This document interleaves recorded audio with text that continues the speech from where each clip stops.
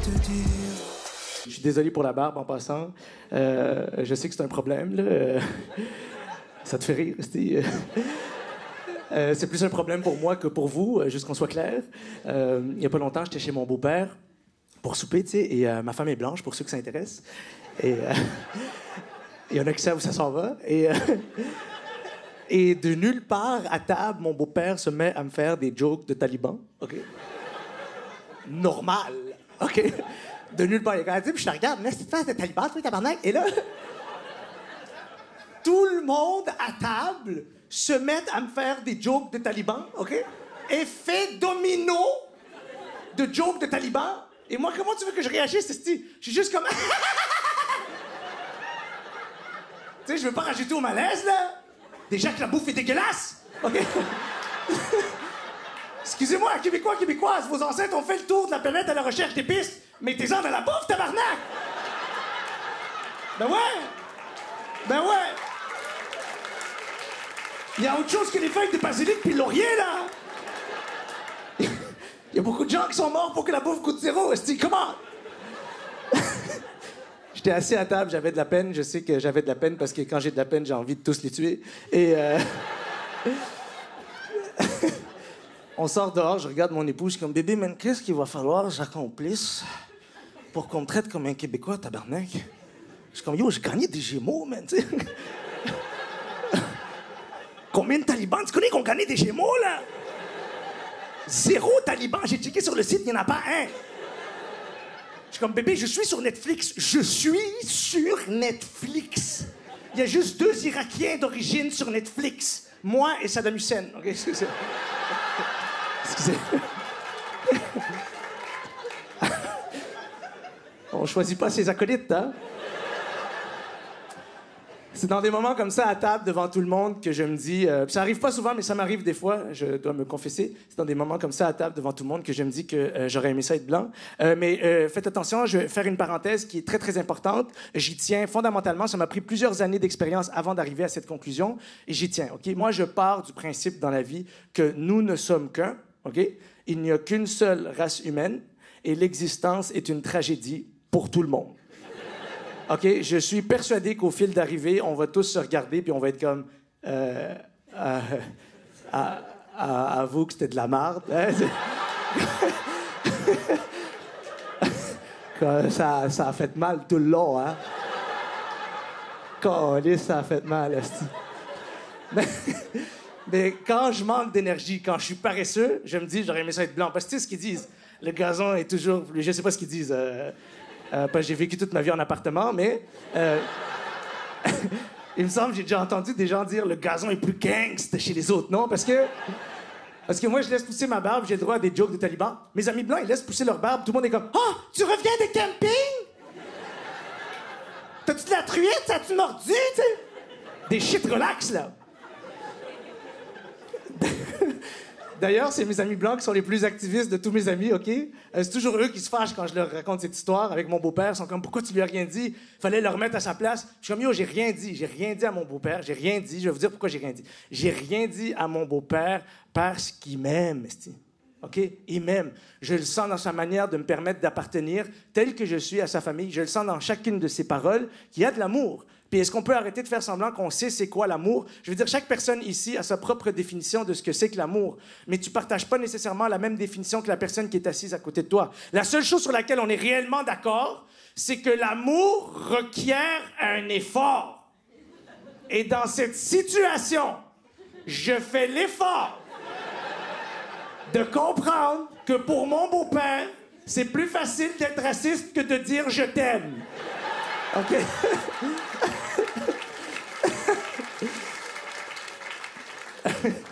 Ah oui, tu peux cacher toute ton humanité dans une joke. C'est ça que j'essaie de dire. C'est pour ça que je me méfie des gens qui n'aiment pas les jokes, tabarnak. OK? Et d'ailleurs, cette barbe, c'est pas une joke. Cette barbe, ce n'est pas une joke. OK? C'est ma barbe de chômage. Ouais, ça te fait rire? J'avais pas de travail pendant 2 ans, là. Vous étiez où, d'ailleurs, mes estis, pendant 2 ans? C'est pas votre amour qui a payé mon hypothèque, hein? C'est mon épouse. Et... yes! Je suis un homme moderne. Ça coûte pas cher, t'essaieras. D'ailleurs, ma femme, elle aime pas la barbe, je pense. Elle m'envoie des messages subliminaux. Il faut tout que je déchiffre avec elle, c'est jamais clair. Elle me regarde et est comme rase ta barbe, t'es fucking laid. Et moi, je suis comme oh, c'est de la séduction, ça, bébé. Hein? Qu'est-ce que tu me racontes? Elle est comme non, man, j'ai marié un gars civilisé, va raser ta face. Je suis comme non, je rase pas ma face. Parce qu'ils m'ont tout pris pendant la pandémie, OK? Tu sais, quand tu traverses une tragédie, on dit contrôle ce que tu peux contrôler. Je veux que ma face représente mon statut socio-économique actuel. Est-ce que c'est trop demandé? Je veux que partout où j'aille, les gens y voient dans ma face, sans que j'utilise l'alphabet, j'ai pas de travail! OK? Là, j'avoue que j'ai recommencé à travailler. Au départ, c'était ma barbe de chômage, mais là, c'est rendu ma barbe de protestation politique. OK? Ouais. Contre le gouvernement, tabarnak, parce que je leur fais pas confiance. OK? Je sais pas si t'as senti le malaise dans la salle. Tout le monde est comme, oh shit, on a perdu Adib aussi. Il nous a fait dépenser de l'argent pour nous dire, faites vos recherches! Ouvrez vos yeux! Ils sont partout, Asté! Calmez-vous, OK? C'est pas que je leur fais pas confiance, Guillaume le Métis-Vierge. J'attends le vaccin du terroir, là, ou je sais pas quoi, là.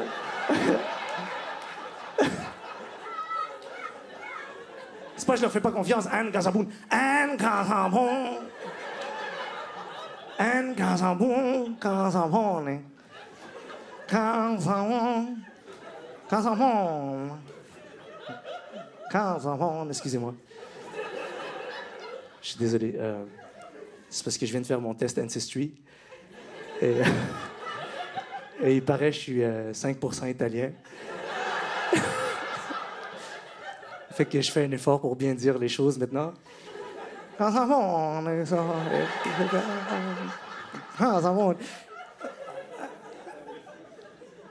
Pour ceux qui savent pas c'est quoi Ancestry, c'est vraiment malade. Pour ceux qui savent pas c'est quoi, tu craches dans une fiole, tu l'envoies par la poste, t'attends 2 semaines. T'es italien, tabarnak.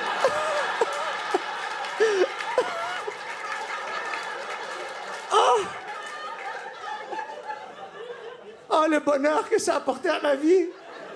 Toutes ces années, je croyais que j'étais juste arabe. Je suis italien, bro. Oh, ça fait plaisir. Je vis de l'italien rétroactif depuis 6 mois, là. Partout où je vais, je suis comme, yo, ça va, je suis italien, on fait quoi, là? Oh, j'aime ça, c'est... Puis il y a des langues sales, ils me disent, c'est juste 5%, c'est juste 5%. Excuse-moi, 5%, c'est 5%. Hein. 5%, t'as pas passé l'examen, mais tu l'as fait tester, OK? Les gens, ils te respectent parce qu'ils savent que t'as été à l'école d'Italie. C'est ça que j'essaie de dire. Et je suis fâché contre... Je suis fâché contre... Faites attention, je ne suis pas fâché contre parce que ne voulait pas prendre le vaccin, OK? Oubliez pas que je suis aussi un arabe en Occident. Je suis habitué, moi, de voir des gens dire et faire des choses dans les médias avec lesquelles je ne suis pas nécessairement, moi, d'accord, OK? C'est nouveau pour vous, là, OK? Mais pour moi, c'est la norme. Moi, je suis fâché contre à cause de comment elle a parlé à Paul Arcand, OK? Oui, elle a mal parlé à Paul Arcand. Paul Arcand! C'est tout ce qui nous reste au Québec, est-ce que... Les 3 dernières années nous ont tout pris. Tout ce qui nous reste, c'est Paul. Ça fait 10 ans, il se lève à 3 heures du matin, comme un agriculteur, pour nous défendre, nous, le peuple, contre les politiciens corrompus. Toute la société québécoise a jeté Anne Gazaboun à la poubelle. Paul Arcand a dit non. Moi, j'invite Anne Gazaboun parce que c'est plus important d'offrir une tribune à quelqu'un avec qui t'es pas d'accord que de la lui soustraire dans une démocratie qui est saine et fonctionnelle. Yes. C'est pas tout le monde qui est d'accord, c'est pas grave. Il a invité Anne Gazaboun, et là, je paraphrase un souvenir lointain de l'entrevue. Faut pas me prendre au mot, OK? Ça, c'est Paul Arcand au début, dans l'entrevue, hein? Small talk, au début, small talk d'italien. Là, là, là. Anne Gazaboun. Rien de plus important que la famille, là, là, là. Anne Gazaboun. Ça, c'est Paul Arcand. Anne Gazaboun. Québec est fâché contre toi, Anne Casabon. Mais moi, je veux juste savoir, t'as pris les doses ou t'as pas pris les doses de vaccin? Puis Anne Casabon, normal, elle répond, moi, Paul, je te demande-tu si t'as un prépuce?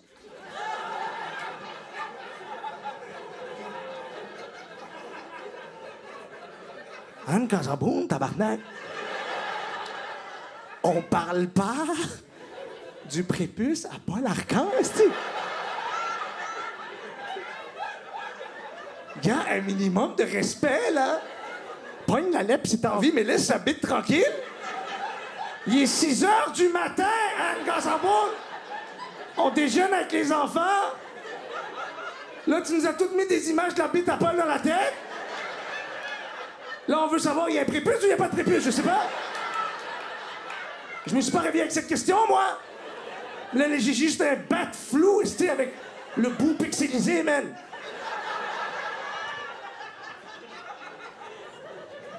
Pauvre Paul Arcand, man. Paolo Arcando, comme on dit chez moi.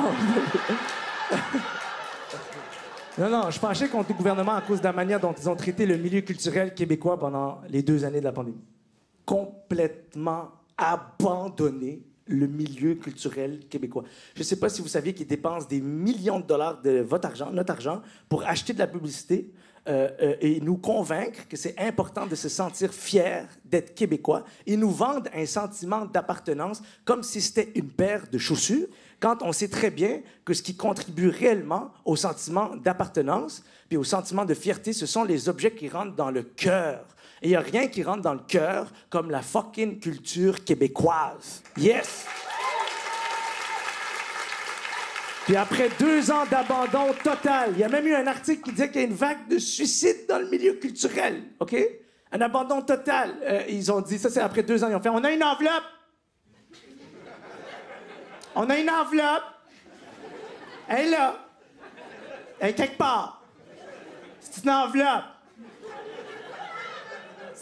Est-ce que tu penses que les artistes, ils savent comment aller cueillir des dollars dans une enveloppe? Qui a accès à ça? Les producteurs puis des gens qui connaissent des gens dans des institutions. Si tu veux vraiment aider des artistes, donne-nous pas une enveloppe, donne-nous de la poudre. Non, c'est vrai. C'est vrai. Tout le monde est comme tout ça pour ça, dit, il fallait une joke, OK? Non. Non, mais c'est vrai, je suis peut-être fâché. En fait, je suis fâché contre le gouvernement parce que, tu sais, on sait réellement comment quelqu'un se sent par rapport à toi dans la manière dont il se comporte avec toi, OK? Et de la manière dont ils sont comportés avec le milieu culturel, ça m'a fait réaliser quelque chose que j'étais peut-être pas prêt à comprendre ou à voir. Ce qui m'a fait réaliser, c'est que ce que je fais en ce moment, c'est pas un travail. 2 ans de pas de travail, tu te dis, j'ai pas de travail, tu comprends? Au moins, j'ai pas rien fait, j'ai réfléchi, tu comprends? C'est un peu rien faire, là, mais... J'ai réfléchi et j'en suis venu à la conclusion que ce que je fais en ce moment, c'est beaucoup plus de l'ordre du miracle qu'autre chose. OK? Ça, c'est 2 ans de réflexion, tabarnak, OK? Pour arriver à cette conclusion, que ce que je fais en ce moment, c'est de l'ordre du miracle. J'ai réalisé, après 2 ans de réflexion, j'en suis venu à la conclusion que pour que je fasse qu'est-ce que je fais en ce moment, il faut que la démocratie soit stable et que la société soit fonctionnelle. OK? Et je sais pas si vous réalisez que jusqu'à tout récemment dans l'histoire de l'humanité, les gens s'empalaient le cul pour se dire bonjour, OK? Et qu'il y a beaucoup de gens qui ont sacrifié leur vie, pas juste ici au Québec ou en Occident, mais à travers l'histoire de l'humanité, puisque le progrès est un travail d'équipe qui traverse le temps et l'espace, OK? Il y a plusieurs gens qui ont sacrifié leur vie pour que vous puissiez être assis ici ce soir et rire. D'ailleurs, vous pensez que vous êtes là pour rire? Non. Rire, c'est la conséquence de la célébration du miracle de la démocratie qui fait en sorte qu'un esti de crétin peut sacrifier toute sa vie pour être un esti de crétin 24/7. Puis partout où il va, les gens sont comme « T'es le meilleur crétin! » Puis lui, il est comme « Ouais, c'est moi le meilleur crétin! » Et vous avez des vies difficiles, puisque l'existence est une tragédie.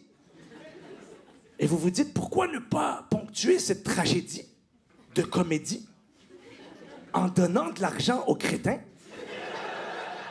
Comme ça, il peut dire des crétineries pendant 1h30, puis après ça, tu rentres chez toi, puis tu te dis, tabarnak, qu'est-ce un crétin? OK? Ce que j'essaye de vous dire, c'est que la scène de stand-up va pas très bien à Bagdad en ce moment. Ce que j'essaye de vous dire, c'est qu'au niveau archétypal, je suis un fou du roi. Mais dans une démocratie, le roi et la reine, c'est vous. Donc, je suis un fou de vous. Et vous devriez vous attendre de moi que je sois le plus crétin possible. Comme ça, on peut tous ensemble, à travers l'exercice démocratique de cette réunion, flirter avec les limites de la décence dans un lieu où l'on consent à l'écart moral. Est-ce que vous comprenez ce que j'essaie de dire, tabarnak?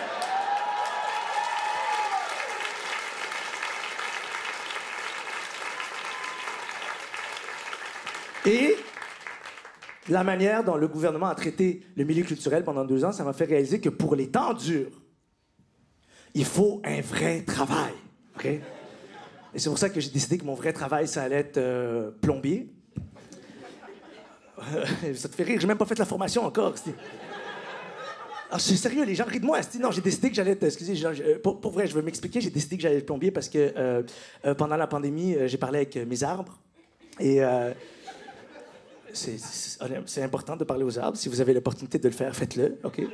Pas longtemps, parce qu'il se passe des choses dans ta tête. Il y en a un, il s'appelle Michel. Et d'ailleurs, nous en sommes venus au consensus, mes arbres et moi. Consensus, hein? Pas conclusion. Parce que je me réserve le droit de continuer à réfléchir. C'est pas des astis de conifères qui vont me dire quoi penser, là, OK? Nous en sommes venus au consensus, mes arbres et moi, que pour assurer la pérennité de notre relation, oui, ils sont sur mon terrain, mais ils m'appartiennent pas. Voilà. Je sais pas si t'as déjà crevé un abcès avec des arbres, mais tabarnak. Ça fait du bien, rester toute la journée, ils te regardent. Non. C'est ça qu'on s'est dit à la fin. Je te jure, avec Michel, j'étais comme d'accord, Michel, d'accord. Je souscris à la loi canadienne, mais j'appartiens à sa nature. OK? T'es content, Steve? Bon, ça, c'est pas le genre de phrase que tu vas comprendre tout de suite. Et c'est normal. Ça requiert un certain lot de méditation. OK? Dans 1 semaine, tu vas être en train de marcher. Puis tu vas sentir cette phrase émerger en toi. Puis tu vas être comme... Je souscris à la loi canadienne, mais j'appartiens à sa nature. Et tu vas voir, si tu réfléchis juste assez longtemps, ça mène nulle part. C'est juste un piège pour voir si vous attendez à autre chose de moi que des crétineries. Ne me faites pas confiance, je suis un charlatan, OK? Sauf quand je vais être plombier, là, vous allez pouvoir me faire confiance, OK? Mais je te jure, j'ai décidé que j'allais être plombier parce que pendant la pandémie, il y a un tuyau qui a pété dans ma maison. Oui, parce que les malheurs ne viennent jamais seuls. Il y a un tuyau qui a pété dans ma maison et c'était la première fois de ma vie que j'ai dû investiguer les tuyaux parce que c'est récent dans ma vie d'avoir une maison. Moi, j'ai toujours vécu en appartement, comme je vous ai dit. C'était la première fois que j'avais investigué les tuyaux. J'ai commencé à investiguer les tuyaux, bro. Le monde est fait de tuyaux, man! J'avais jamais porté attention à ça. Il y en a partout. Partout où tu vas, il y a des tuyaux. Je suis en train de péter une note. J'ai jamais dit merci à personne pour toute l'eau que je bois. Et là, moi, ça, c'est des dilemmes de gars d'appartement, OK? Ça, c'est des dilemmes de gars d'appartement. Ce que je comprenais pas par-dessus tout, c'est comment ça se fait que le tuyau est pété dans mon sous-sol et j'arrive pas à boire de l'eau en haut, OK? J'étais tellement confus que j'étais obligé d'appeler un expert, un plombier. Puis je le regardais travailler, puis j'avais pas de travail. Puis quand tu regardes quelqu'un travailler, quand t'as pas de travail, tu vois la valeur des choses. Puis je voulais juste servir à quelque chose. J'étais ému en le regardant travailler, à un tel point que j'en suis à un point dans ma vie où rien ne m'émeut plus que le simple fait de la compétence, OK? Je sais pas si tu comprends ce que je veux dire. Parce que quand tu vois quelqu'un de compétent, ça veut pas juste dire qu'il est bon dans quelque chose. Ça veut dire qu'en dépit du fait que l'existence est une tragédie et que fort probablement, il a dû manger maintes et maintes gifles métaphoriques à travers son existence, il s'est quand même dit, je vais devenir exceptionnel dans quelque chose. Comme ça, quand les tuyaux pètent chez le monde, je peux le réparer, OK? Comme je sais que je suis un adulte parce que mon activité préférée maintenant, c'est référer quelqu'un, OK? Je sais pas s'il y en a qui sont rendus là. Comme j'attends juste que quelqu'un me dise, yo, tu connais-tu un plombier? Oui, tabarnak, oui, oui! Il s'appelle Tony, c'est un gars de ma communauté, c'est un Italien, c'était malade. Tu vas rien comprendre. Je te jure, je le regardais travailler avec des larmes aux yeux. Je le regardais travailler avec des larmes aux yeux. Puis lui, il comprenait pas pourquoi je pleurais à côté de lui, là, OK? Moi, j'étais comme, bro, à 80$ de l'heure, je pleure où je veux dans ma maison, OK? C'était comme de la poésie pour moi, mais je le regardais, puis à un certain moment, je t'admire, esti. J'ai dit, j'étais pas capable de m'arrêter. Je dis, je t'admire, j'admire ton travail. J'admire ton travail. Puis lui, il savait ce que je faisais dans la vie, fait qu'il me croyait pas. Il est comme, comment est-ce que tu peux admirer mon travail? Toi, les gens, ils t'acclament après tes spectacles. Explique-moi comment tu peux m'admirer, moi. Puis je suis comme, j'ai soif.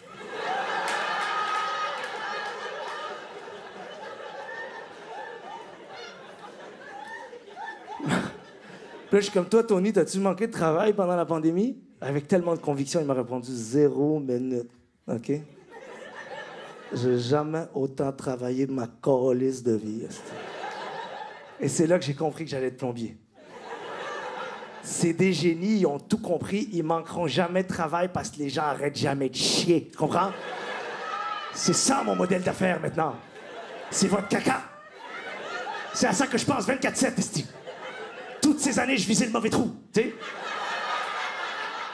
Moi, je pensais que l'argent était dans la bouche. Non! L'anus. C'est là qu'il y a les cash, money, crypto coins, NFTs, motherfucker. Let's go. Si vous êtes pas prêt pour moi, plombier, vous êtes pas prêt. Adib, plombier, vous êtes pas prêt. Vous êtes pas prêt pour moi. Je vais être exceptionnel. Déjà, ça commence bien. J'ai une passion pour les tuyaux. Ensuite, fort probablement, je vais être le seul plombier du Québec vérifié sur Instagram. Ce qui risque d'être un avantage substantiel sur la compétition. Ensuite de ça, je l'ai vu travailler puis je l'ai senti dans mon cœur que c'était pour moi. C'était dans ton cœur. C'est quand t'es confus dans la vie, juste écoute ton cœur. C'est le plus intelligent de tous tes cerveaux. On a 3 cerveaux, pour ceux qui ne savent pas.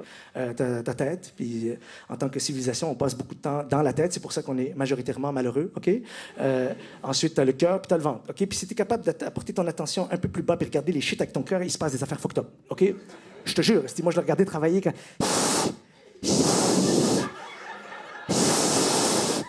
Avec un fucking chalumeau, là, ou je sais pas quoi. Du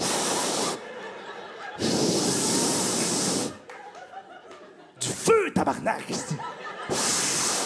Qui ici a du feu à son travail, man? Je te jure, c'est la vie de ma mère. Le gars a mis un casque d'astronaute. Et je te jure, il m'a dit « Tolstoy », OK?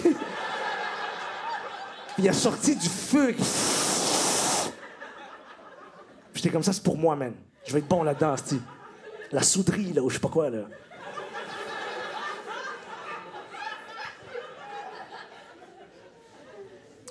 Je tiens juste à préciser que ça fait 16 ans que je fais ce que je fais en ce moment et avec le temps, j'ai appris à distinguer un rire franc d'un rire moqueur. Et je vais juste vous expliquer qu'est-ce qui s'est passé. Moi, j'étais en train de faire le spectacle, tu sais. Je faisais des jokes avec vous, tout ça. Et dans ma bouche, il y avait comme un embouteillage. Il y avait 2 mots qui voulaient sortir en même temps. Il y avait soudure et souderie. Et tu sais, ça se passe vite quand t'es sur scène. Fait que j'ai pas le temps de gérer la situation, tu sais. Puis je descends dans ma bouche, puis je suis comme, yo, c'est lequel le bon? Puis souderie est comme, yo, c'est moi, fais-moi confiance, man.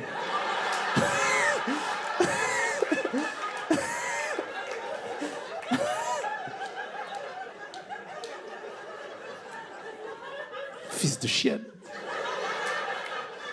Tu sais quoi, juste pour vous faire chier, ça va être le nom de ma compagnie, esti, tiens. Ça va être souderie, esti. Qu'est-ce que tu vas faire? Ma calice. Ça va être écrit sur mon camion. Souderie, esti. Qu'est-ce que tu vas faire? Ma calice. Inc.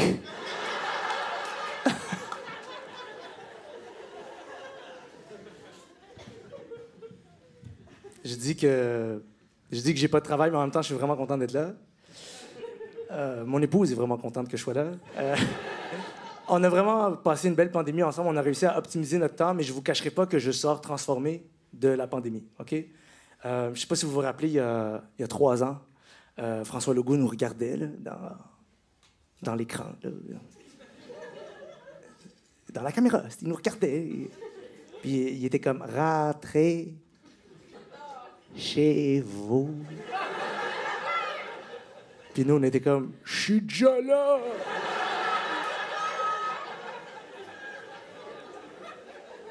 On va-tu dans la cave, François?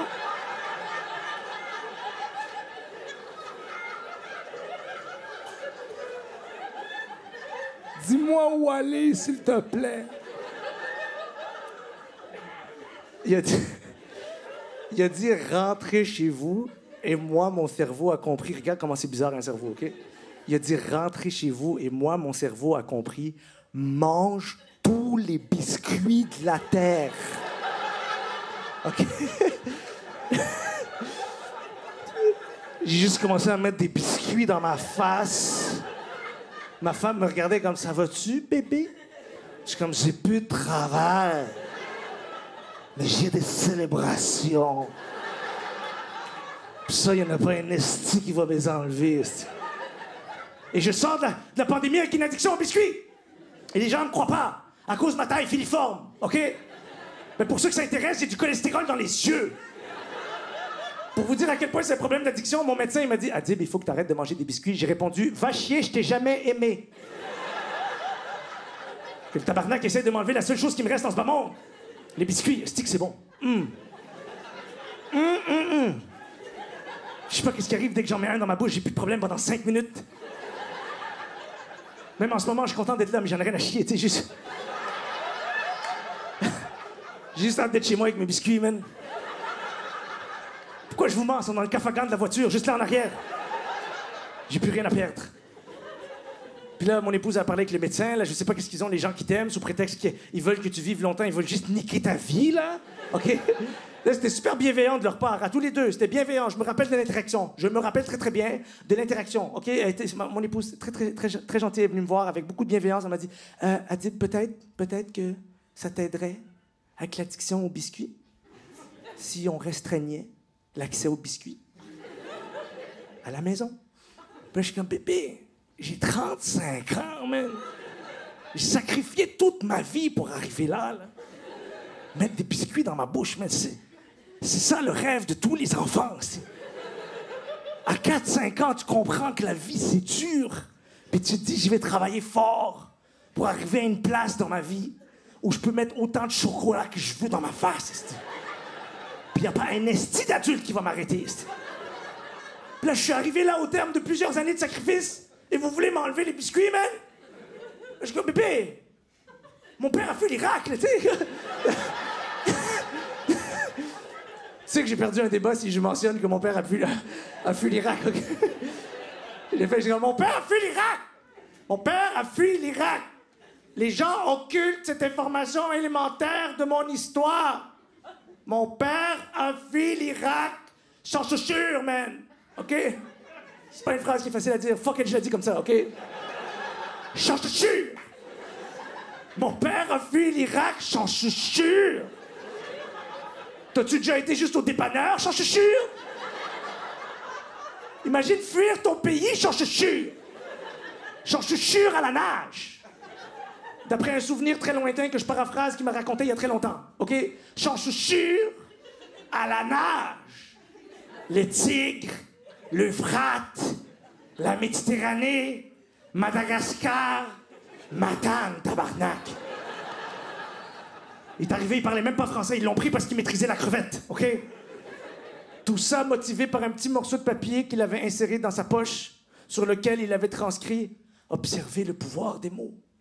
Je fais tous ces sacrifices pour que mon fils puisse un jour mettre autant de Oreo qu'il veuille dans sa gueule. » Puis là, je suis arrivé à cette place, puis c'est rendu que 80% de mon énergie, c'est trouver des manières clandestines de dissimuler des biscuits dans ma maison. L'autre 20%, c'est manger des biscuits en cachette. C'est pas une vie, man. J'ai des choses à faire. J'ai rien à faire, mais... Le pire dans ma condition, c'est que... Ça te fait rire, rester. C'est une condition. Le pire dans ma condition, c'est que j'ai pas le droit de me victimiser. À la maison, c'est interdit. C'est pas une loi officielle, mais c'est une loi sous-entendue que tu comprends.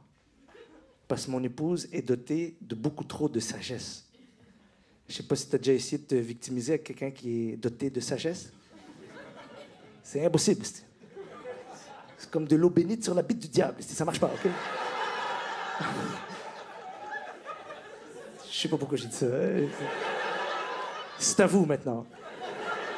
Faites-en bon usage.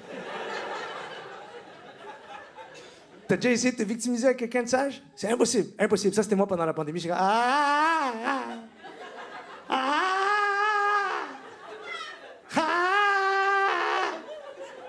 J'ai pas de travail.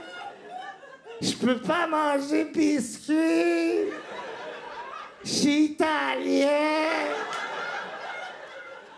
Ma femme, c'est ce qu'elle me répond, je vous jure. Ma femme me répond ça, elle me dit, Adib, écoute-moi. Écoute-moi. Je comprends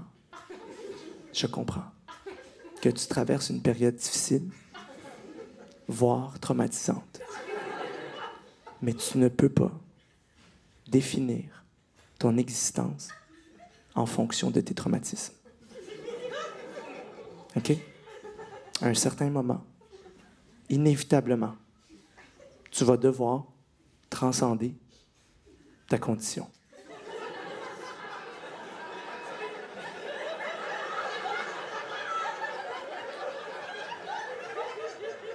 Moi, je veux juste un biscuit à l'érable.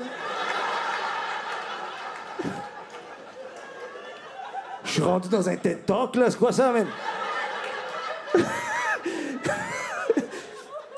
Obligé d'aller me victimiser chez mes amis. Tu sais que t'as des mauvais amis quand tu peux te victimiser avec eux, tu sais. Ça veut dire que vous avez les mêmes problèmes. Mais vous voulez juste pas le voir ensemble. Aveugle, en équipe, bestie.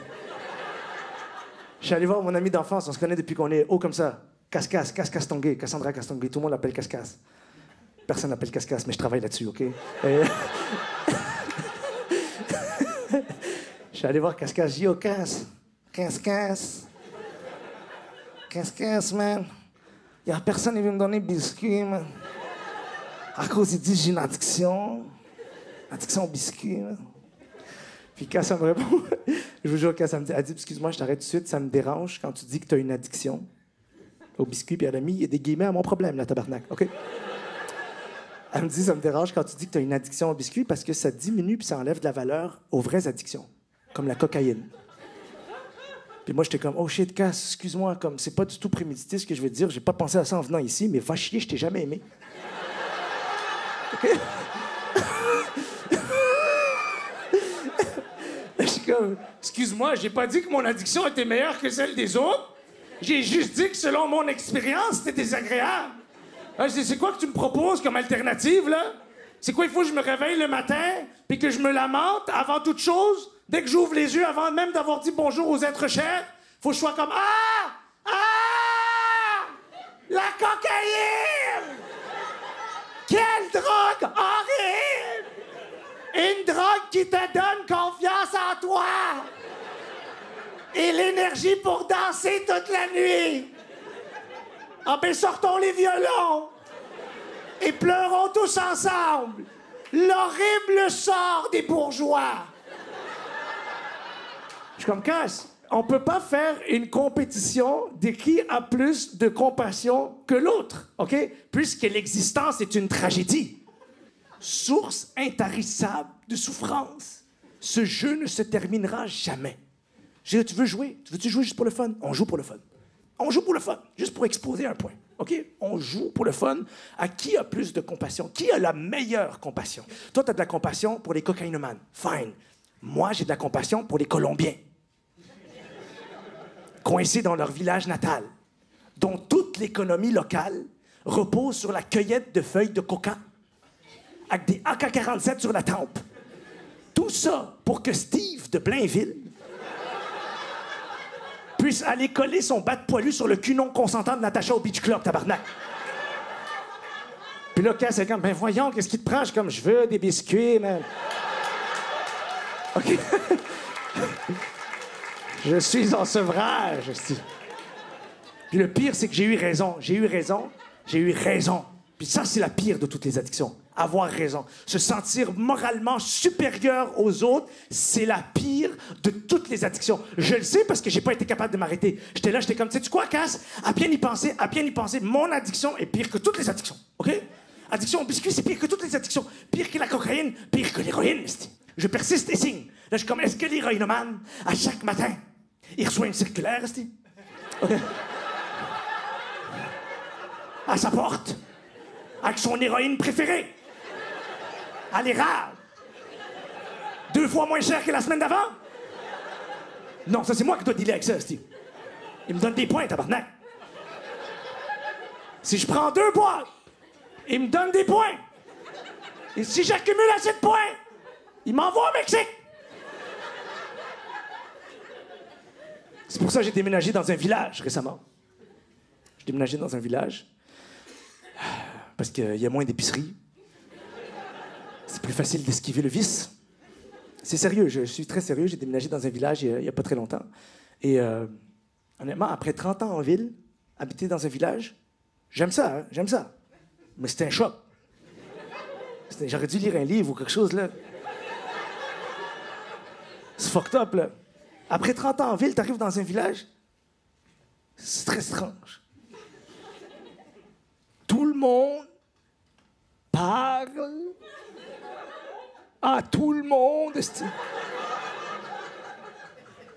Genre des vraies conversations, là. Il y en a même, ils viennent vers toi comme...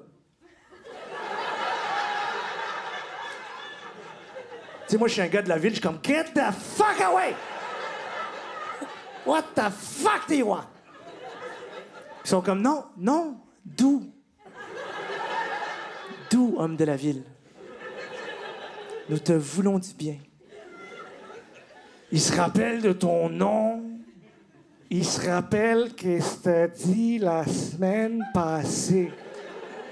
C'est des estis de malades.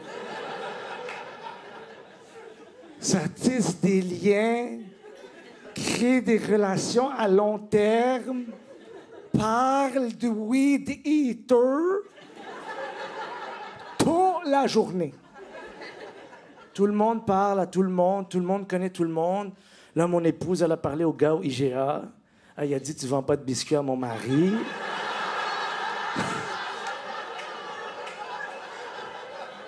Là, le tabarnak, il a mis une photo de moi à la caisse. C'est rendu, il faut que je fasse mon Pookie dans les stationnements. Aller voir les enfants. Yo, tu peux m'acheter des biscuits, man? Je t'achète des cigarettes, tu m'achètes des biscuits?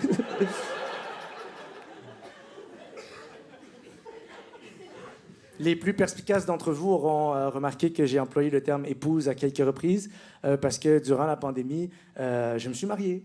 OK? Yeah! Merci. Merci beaucoup. Merci sincèrement. Un des plus beaux jours de ma vie, le plus beau jour de ma vie. Puis en plus, mon épouse et moi, on était vraiment contents parce qu'on est 2 introvertis de nature. Puis on était vraiment contents d'inviter personne. Non, c'est vrai, il y avait quand même des gens, il y avait quand même quelques personnes. 2 types de réactions le jour de mon mariage. 2 types de réactions. Premier type de réaction, c'est des gens qui venaient et étaient comme « Wow! Wow! Wow! C'est formidable! C'est extraordinaire! » 2 personnes qui s'offrent l'une à l'autre dans l'éventuelle possibilité d'accéder au plein potentiel de l'amour. Et ne serait-ce pas là la raison de notre présence ici-bas? Puis moi, j'étais comme, yo, juste donne-moi un chèque comme tout le monde, ferme ta gueule, là, OK? C'est vrai. L'autre type de réaction, c'était surtout des gars. Surtout des gars. Un gars très suspicieux est venu me voir. Il regarde autour de lui, puis il est comme, non. Non. S'il est pas trop tard, fais-les pas, man. Okay. Fais-les pas. Parce que si ça chie entre vous deux, elle va partir avec la moitié de ton cash. Puis moi, j'étais comme, j'ai pas de travail.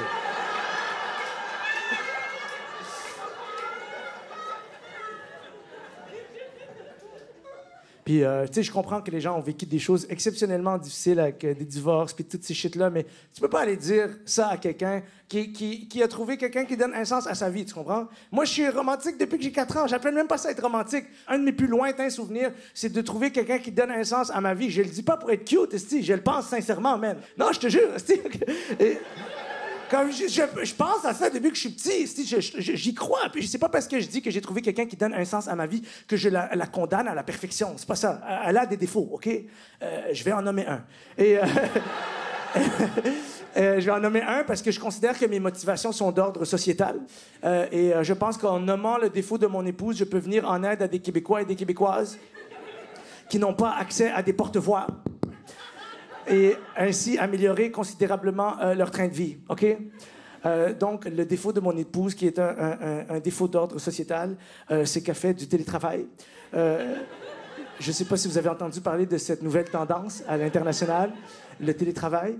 Pour ceux qui ne savent pas c'est quoi, c'est des gens, ils dégagent jamais!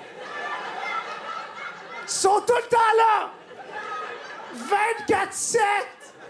Depuis 3 ans! Leur bureau, c'est la maison qu'ils ont colonisée au grand complet. Ils sont en train de niquer le tissu social québécois qui repose sur la qualité de ces couples, OK? Observez que toute civilisation fonctionnelle offre un terreau fertile à l'amour et à la famille. Et moi, je parle aux Québécois et Québécoises après les spectacles et je commence à sentir qu'il y a du ressentiment qui gagne du terrain dans le cœur de mes compatriotes. Not on my fucking watch, OK? C'est rare que je parle en anglais, mais avec moi, tu voyages pour pas cher, OK?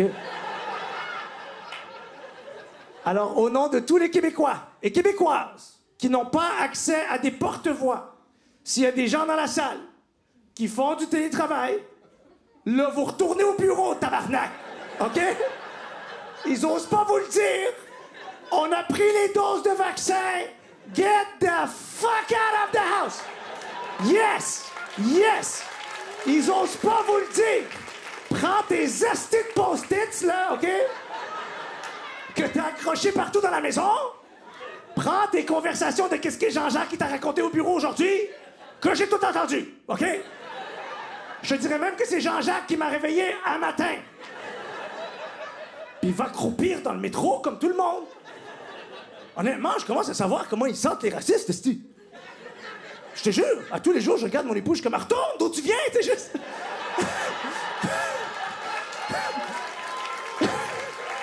C'est chez nous, ici! C'est chez nous, ça!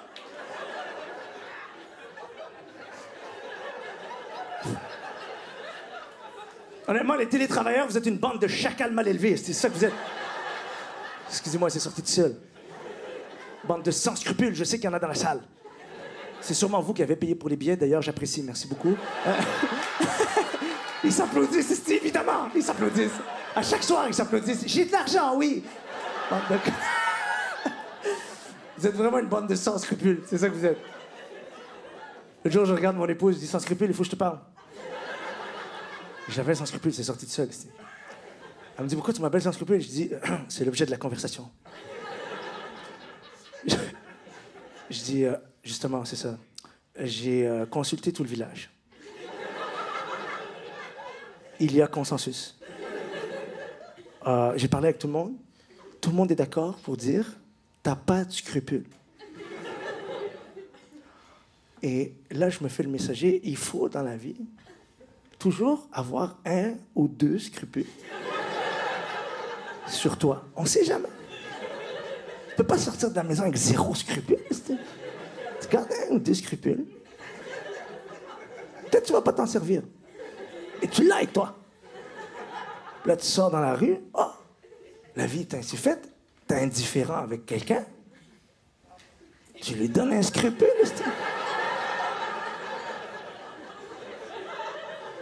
Puis là, lui, il se dit, ça tombe bien, moi aussi, j'avais un scrupule. Ça assure des rapports cordiaux dans la civilisation dans laquelle on vit. Parce que juste pour vous expliquer dans quel climat je vis, depuis 3 ans, sous prétexte que madame, elle a un travail, moi, il faut que je mette des pantalons.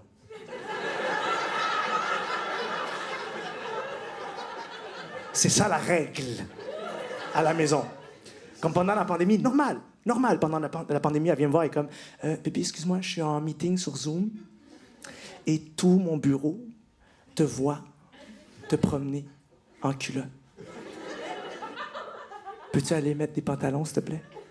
Puis moi, je suis comme, bébé, je suis au chômage.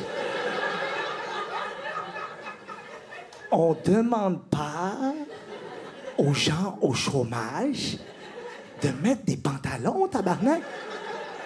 Il y a un minimum de respect, là,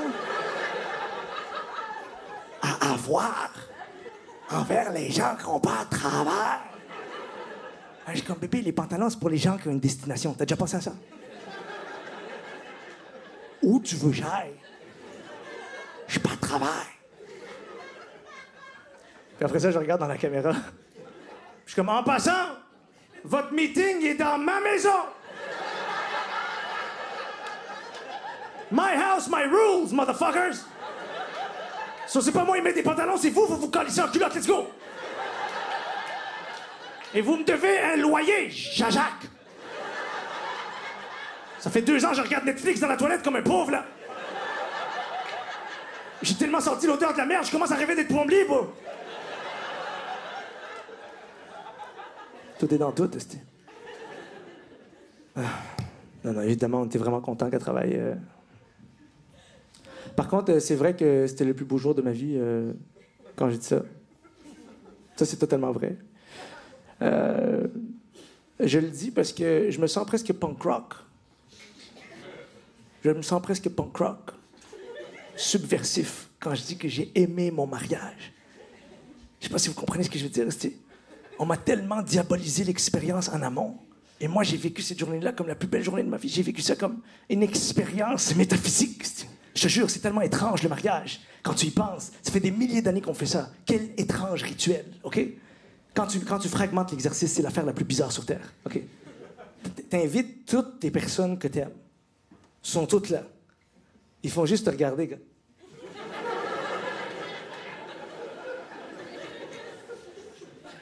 Puis vous êtes gars.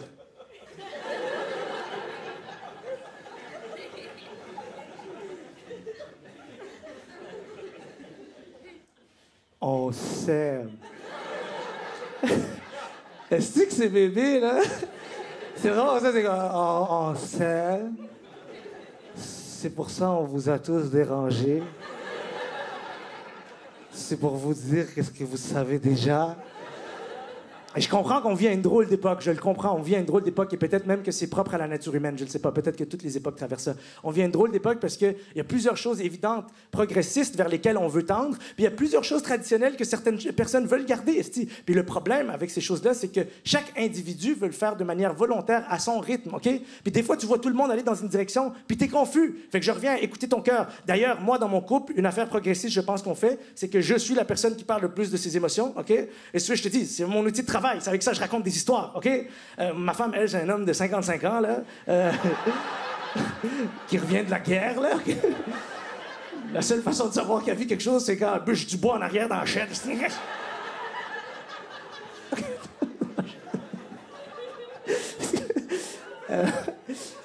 Quoi d'autre que je fais de progressiste? Peut-être à plus petite échelle, mais que je trouve quand même assez progressiste et digne de mention. Je pisse assis, ça, c'est une nouvelle affaire que je fais. Yes, je pisse assis, puis j'en parle parce que les hommes en font une affaire de virilité, de pisser debout, OK? Et moi, j'ai toujours pissé debout. J'ai toujours pissé debout parce qu'on m'a toujours dit de pisser debout, OK?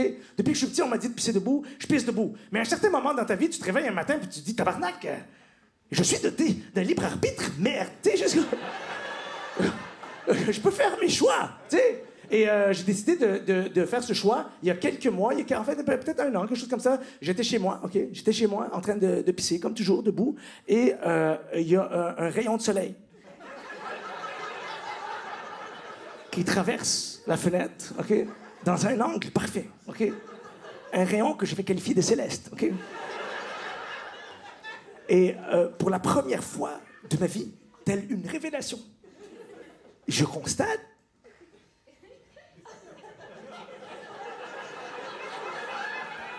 c'est un esti de sprinkler pété, cette affaire-là, là. OK. Là, je réalise, yo, je pisse à terre! Je pisse à terre! Là, je dis, yo, je suis pieds nus dans ma pisse! Je pisse à terre, puis je pile dans ma pisse! Là, je dis, mon couloir est plein de pisse! Mon divan est plein de pisse! Mon lit est plein de pisse! Mes chaussures sont pleines de pisse! Ah ben c'est très viril, messieurs!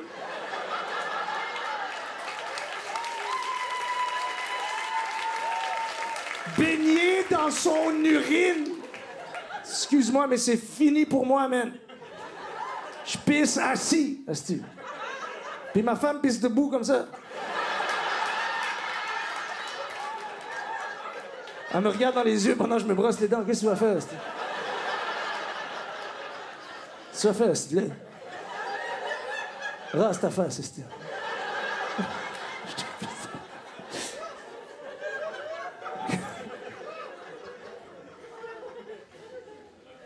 Pauvre elle, j'arrête pas d'inventer des choses à son sujet.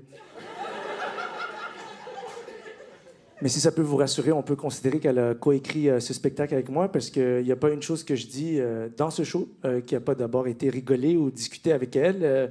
Non, c'est vrai. Puis j'ai dit que j'allais nommer un défaut. Il y a un défaut qu'elle m'autorise réellement à partager avec vous. Un défaut. Et son vrai défaut, c'est qu'elle a un TDA, trouble de déficit d'attention. Je ne sais pas si vous avez déjà chillé avec des TDA. Il faut faire quelque chose avec eux, là, OK? Faites attention, je les respecte. Hein? Ils souscrivent à la loi canadienne, tout. Là, c'est juste que, tabarnak, toute la journée, ils sont sur une autre fréquence, là, ces gens-là. T'sais. Et faites attention, j'ai rien contre les fréquences.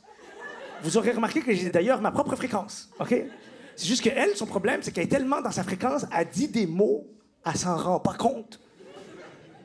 Il y a des mots, il sort sa bouche. Elle sait pas. C'est dangereux, là. En 2023, je peux la canceller en 2 minutes, là. Elle dit des shit fucked up, là. Oui, je te jure, l'autre jour, je suis en train de faire la vaisselle. J'aime ça faire la vaisselle. C'est un lieu de détente pour moi, ça me sécurise, OK? Je suis en train de faire la vaisselle et je la sens, elle arrive dans mon angle mort, tu sais. Toujours l'angle mort, tu sais. Là où je peux pas me protéger, tu sais. Mais je la sens sur sa fréquence, tu sais. Et elle passe derrière moi, et sans s'en rendre compte, je vous jure, sans s'en rendre compte, elle passe derrière moi, puis elle fait « Alors, tu fais la vaisselle, petite salope? »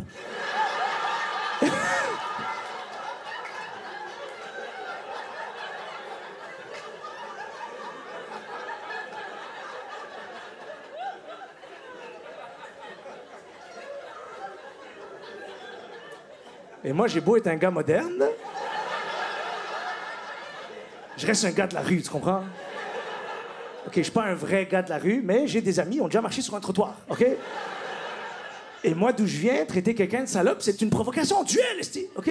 C'est l'équivalent de sortir le mousquet au Moyen-Âge, OK? Je sais pas pourquoi je le sortirais comme ça, mais c'est pas grave. Elle me traite de salope. Observez le pouvoir des mots, ça fait ressortir tout le code génétique du hood en moi, OK? Je me cambre, je dépose des Tupperware de ma belle-mère, OK? Parce que si je les lave pas, elle me donne pas de sauce. En tout cas, je suis dans une affaire avec eux, là. J'ai pas le temps de te raconter, là. Ils sont sévères. S'il reste un peu de sauce, elle me donne pas de sauce. Je les lave à la main, OK? Anyways, j'aime sa sauce. Je les lave à la main. Fait que je dépose les Tupperware de ma belle-mère, je regarde mon épouse, je dis, yo, qu'est-ce que t'as dit, G? Et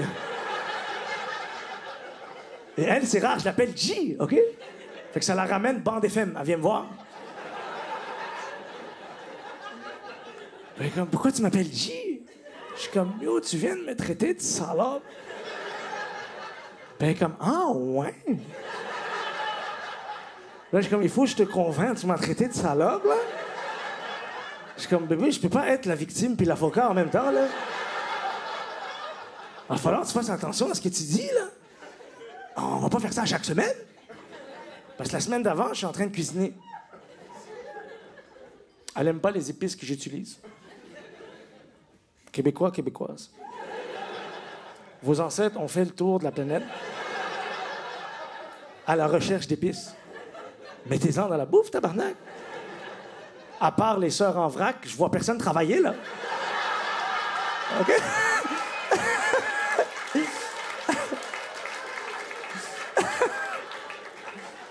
Moi, je suis là avec mon khirkoum, ras el-hanout, skinjbir.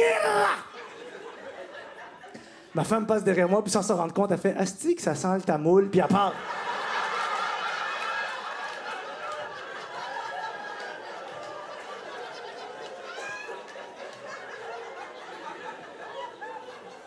Ça vous fait rire, mes estis?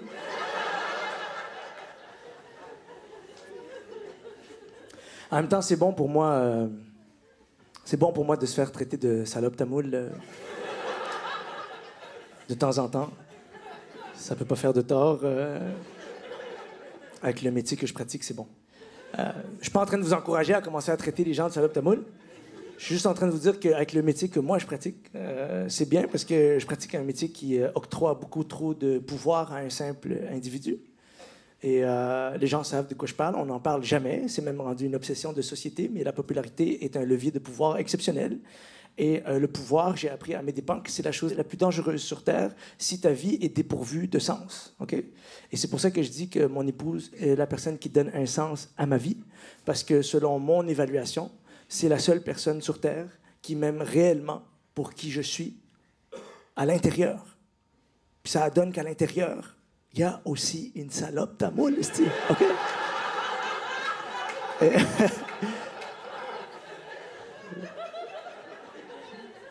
Ah, c'est vrai, man. C'est vrai que la popularité est un levier de pouvoir exceptionnel. Et les gens le savent. Si vous saviez combien de gars viennent me voir avec tellement d'espoir dans les yeux, juste des papillons dans les yeux, ils viennent me voir et ils sont quand même, man. C'est le même gars qu'à mon mariage, là. Ouais, man.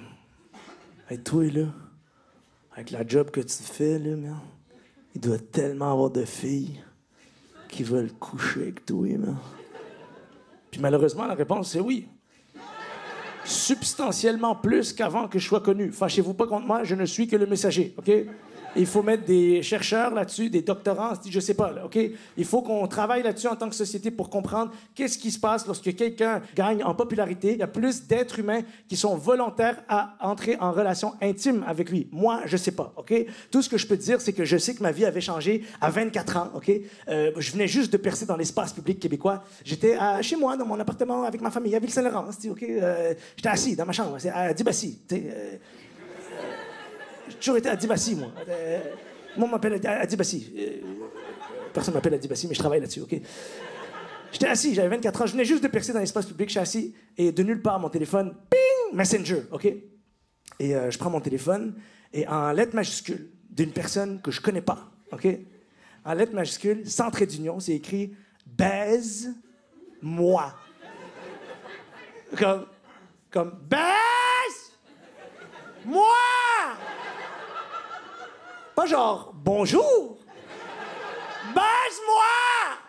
Non, juste comme « En passant, baise avec un S à la fin de baise, OK? Baise-moi! Comme j'ai été à l'école publique, puis je sais qu'on met pas des S à un ordre, si. Baise-moi! J'avais peur, OK?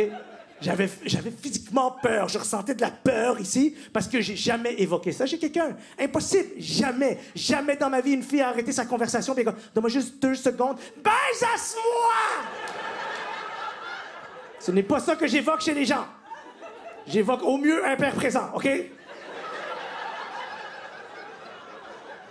Puis le gars était comme, man, dis-moi que t'as couché avec, est-ce que... J'étais comme, non, j'ai pas couché avec elle. Puis je vais te dire pourquoi. Puis je vous jure, il est comme, non. Je veux pas le savoir. Ça me fait chier, c'ti. Ça me fait chier. Ça me fâche, c'ti. De savoir que le bon Dieu, il a donné tout ce pouvoir-là à quelqu'un qui en profite pas, c'ti.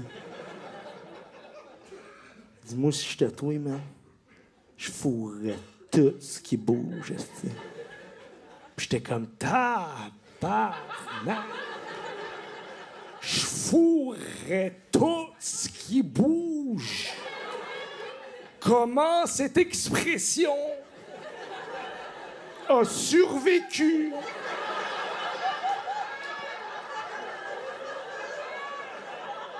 Le temps, les guerres, les tempêtes. Il y a tellement de jolie poésie qu'on protège zéro collectivement. Mais je fourrais tout ce qui bouge.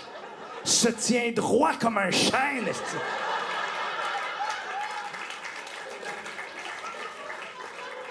J'étais comme, yo, il va falloir que tu te lèves tôt en esti, fourrer tout ce qui bouge, là. Tu vas te blesser, man. Il y a des écureuils, des vélos, fais attention, là.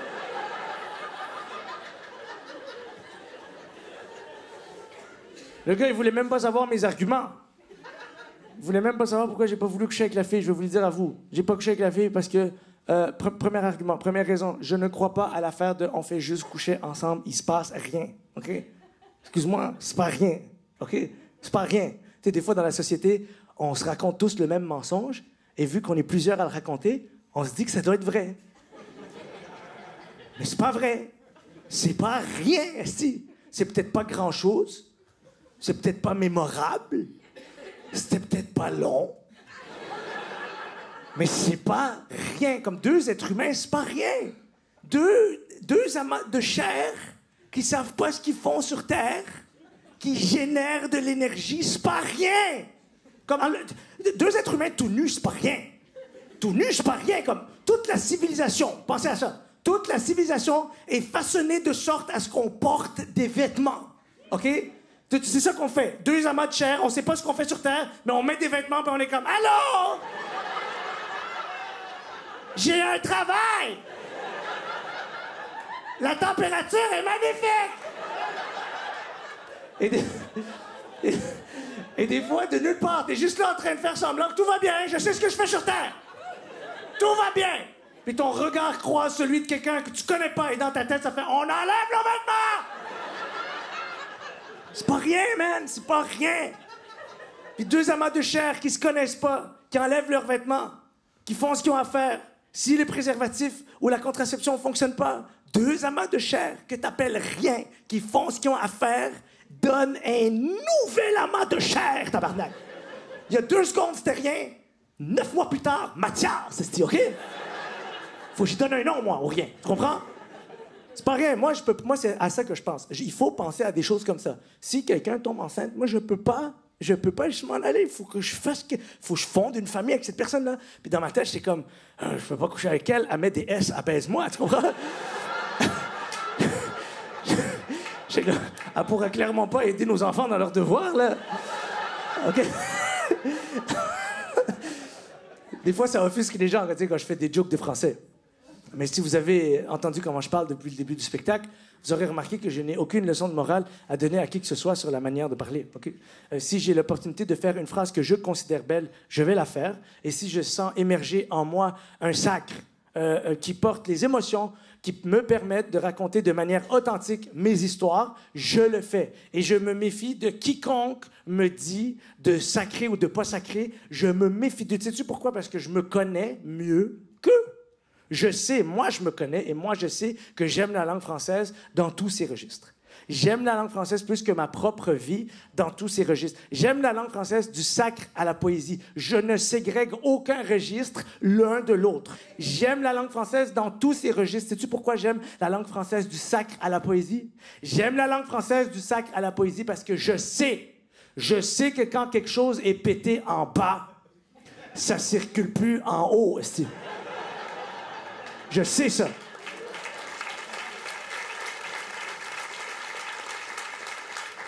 J'aime la langue française plus que ma propre vie et les gens ne me croient pas quand je dis ça. Sais-tu pourquoi les gens ne me croient pas quand je dis ça? Parce que les gens oublient que mon père a fui l'Irak. J'en suis sûr. Mon père a fui l'Irak. J'en suis sûr, man. Mon père a fui la dictature de Saddam Hussein dans les années 70, à la fin des années 70. Pour ceux qui ne savent pas c'est qui Saddam Hussein, c'est un monsieur que, quand il n'était pas d'accord avec toi, il te découpait en morceaux, OK? Et mon père, il s'est dit, je ne veux pas te chiller ici longtemps. Tu comprends? Fait qu'il est parti d'Irak comme un gars qui quitte un party sans dire bye. Let's get the fuck out of here, motherfuckers. Puis, il est juste parti. Pourtant, il avait une très, très belle vie. Il adorait sa vie. Il me le racontait avec beaucoup d'enthousiasme. Il était professeur, c'était sa passion. Enseigner la langue, c'était sa passion. Lui était devenu professeur parce que quand il était petit, dans son village, sa mère était monoparentale puisque le père de mon père, mon grand-père, est mort lorsque mon père avait 3 ans. Okay? Et sa mère, elle a dû travailler très, très fort pour envoyer tous ses enfants à l'école. Et quand il voyait comment ça rendait fière sa mère de lire et écrire, il s'est dit, ben moi aussi, je veux devenir un professeur et je vais offrir ce cadeau-là à des enfants. Puis un jour, ça c'est lui qui me raconte ça, un jour, il rentrait de l'école et il traverse un long rang de campagne et il y a une voiture qui s'arrête à côté de lui et il y a 7 gars qui sortent avec des AK-47. Et tu sais que tu es en Irak parce qu'il y a 7 gars qui sont sortis d'une 5 places. Et okay. Fallait une joke, c'était OK. Il vise mon père parce que mon père vote pour un parti adverse à celui de Saddam Hussein. Maintenant, tu te demandes, est-ce que ton père était quelqu'un d'influent politiquement? Non, pas du tout, c'est un kidam. Mais pour vous expliquer un peu comment fonctionne un régime tyrannique ou une société qui se comporte de manière tyrannique, la première chose que ça fait, ça s'attaque aux artistes et aux intellectuels. Pas parce qu'ils sont meilleurs que les autres. Je vous l'ai dit tout à l'heure, tout le monde est essentiel, du plombier jusqu'au poète. La raison pour laquelle il s'attaque aux artistes et aux intellectuels, c'est parce qu'en général, l'artiste et l'intellectuel, son outil de travail, c'est la parole. Puis la parole, c'est ça qui te permet de transmettre le savoir. Puis le savoir, c'est ça qui te permet de développer tes compétences. Puis tes compétences, quand tu es capable d'accumuler tes compétences, c'est ça qui te permet de toucher à ton potentiel. Et lorsqu'un être humain touche à son potentiel, il a dès lors l'opportunité de transcender sa condition. OK? Tout ça repose sur un mot. Méfiez-vous de quiconque vous dit quoi dire ou comment le dire parce que c'est toute la santé d'une civilisation qui repose sur votre langue. Il vise mon père, et ça, c'est lui qui me raconte ça avant de mourir, paix à son âme. Il me raconte ça, il me dit, il vise mon père, il le mène. En passant, c'est pas des gens qui ont été engagés pour faire ça, c'est des gens qui ont décidé de terroriser leurs voisins, OK? Fait qu'il vise mon père, et mon père me raconte que c'est arrivé devant la maison d'un de ses élèves qui, par la fenêtre, a vu son professeur se faire attaquer par 7 AK-47, et il a alerté ses frères et son père, et ils sont tous sortis avec des AK-47, OK? Qu'est-ce que tu veux que je te dise? C'était de même. Et ils sont allés protéger leur professeur. Puis mon père me racontait ça, puis j'étais comme, attends une minute, là. T'as un élève. Et t'as vu par la fenêtre te faire attaquer par 7 AK-47, puis il est allé te protéger. Moi, j'aurais été comme congé demain! Le lendemain, mon père a plié bagage puis il n'a plus jamais vu un seul membre de sa famille, plus jamais un seul de ses amis. Imaginez, demain, tu pars, tu vois plus jamais un seul membre de ta famille. Il avait 27 ou 28 ans. Il est allé s'installer dans le désert du Maroc, dans un village qui s'appelle Ouarzazate, OK? Où il travaillait clandestinement comme professeur. Il enseignait à la petite école puis il s'était ouvert un petit kiosque de livres usagés parce qu'il aime la littérature puis il aimait enseigner. Il a rencontré ma mère et ils ont eu 2 enfants là-bas, ma sœur et moi d'abord. Et à sa grande surprise, mon père apprend que ni ma sœur ni moi n'auront de papier d'identité parce qu'à l'époque, le roi du Maroc n'octroie pas de papier d'identité aux gens qui ne sont pas des vrais Marocains. OK? Fait que mon père réalise que ma sœur et moi, on va être des apatrides, des sans-papiers. Puis tout le monde ici a des papiers. Tout le monde ici a des papiers. Les gens prennent ça pour acquis, mais c'est vraiment important d'avoir des papiers. Moi, quand mon père me racontait ça, c'est comme ça que je l'ai rationalisé. Je suis comme, si t'as pas de papier, t'as pas de carte de crédit. Si t'as pas de carte de crédit, t'as pas Netflix. Tu comprends? Ce que j'essaie de vous dire, c'est qu'un être humain doit souscrire à un régime de loi pour avoir Netflix, c'est OK? Tu peux pas aller voir Netflix puis leur dire « Yo, je te paye cash », ça marche pas, OK? Comme même si t'es italien, ils s'en calissent. Fait que pour une deuxième fois de sa vie, mon père, il vend tout ce qu'il a, puis dans le cas de ma mère, une première fois, il vend tout ce qu'il a, puis il décide de partir aux États-Unis parce que tout le monde leur dit « Allez aux États-Unis ». Puis on est en 89, tu sais, ce que tu sais du monde, c'est ce que tu vois, c'est ce que tu entends. Fait que tout le monde leur dit, il n'y a pas Internet, tout le monde leur dit, allez aux États-Unis. Ils arrivent à New York, il y a une travailleuse sociale qui les met dans un autobus qui les envoie à Buffalo. Une fois arrivés à Buffalo, il y a une madame qui nous installe, ma famille et moi, dans une espèce d'immeuble. Mon père nous met dans un studio, il se dirige vers les toilettes communes, OK? Et le premier voisin qui croise aux États-Unis, c'est lui qui me raconte ça, le premier voisin qui croise, la porte est ouverte, puis il se masturbe en checkant de la porn, OK? Ouais, et je sais pas si vous connaissez un peu les Irakiens, là, mais c'est des gens très pudiques, OK? Je pense même pas que mon père, il savait que ça existait, la masturbation, là. Comme, lui, il a vu ça, puis il a dû être comme, tabarnak, tu sais. Il l'a sûrement pas dit, mais c'est sûr qu'il l'a ressenti, OK?